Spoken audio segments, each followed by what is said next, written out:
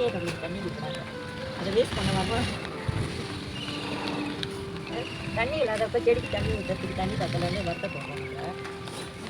so நம்மளுக்கு இயற்கையாக கொடுக்கும் போது எதுவுமே பிடிச்சி வச்சுக்கிறதுல புத்திசாலித்தனம்ல என்ன